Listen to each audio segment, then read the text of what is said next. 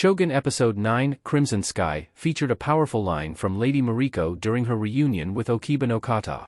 With only one episode remaining to the critically acclaimed series, Shogun has firmly established itself as one of the greatest new television shows of 2024. Following the shocking death of Hiramatsu in Shogun Episode 8, Toranaga's endgame plan continues to unfold through Lady Mariko as she, Blackthorn, and Yabushige enter the Lion's Den of Osaka in Episode 9.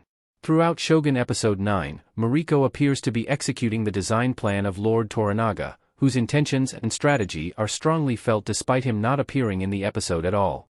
While the episode's title, Crimson Sky, suggests that it could have potentially been an hour-long epic battle like a classic Game of Thrones episode, Shogun Episode 9 remained rooted in the interpersonal dynamics between all the characters, particularly Okiba no Kata and her old friend Lady Mariko.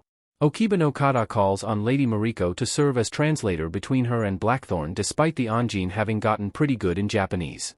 The perceptive Mariko knows that her old friend had meant to speak with her directly and was only using a meeting with Blackthorn as a ruse to invite Mariko.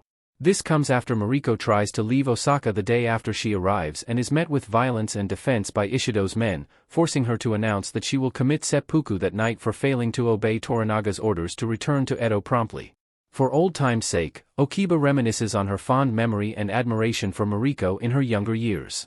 She attempts to talk Mariko out of her decision to die for Toranaga's apparent warmongering by reminding her of who she was before her father's great betrayal. Mariko has since become a martyr searching for a way to regain her honor, which Okiba cannot understand when she still has a son that she would be abandoning with her death. Before leaving, Mariko says, "Flowers are only flowers because they fall," letting Okiba know that she has already accepted death. It's clear from Shogun Episode 9 that Lady Mariko knew she would not leave Osaka alive.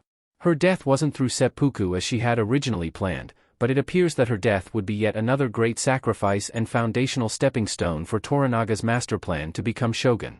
She was spared from committing seppuku by Ishido's permit to leave Osaka at the last minute, which saved her from her Christian belief of damnation from immortal sin.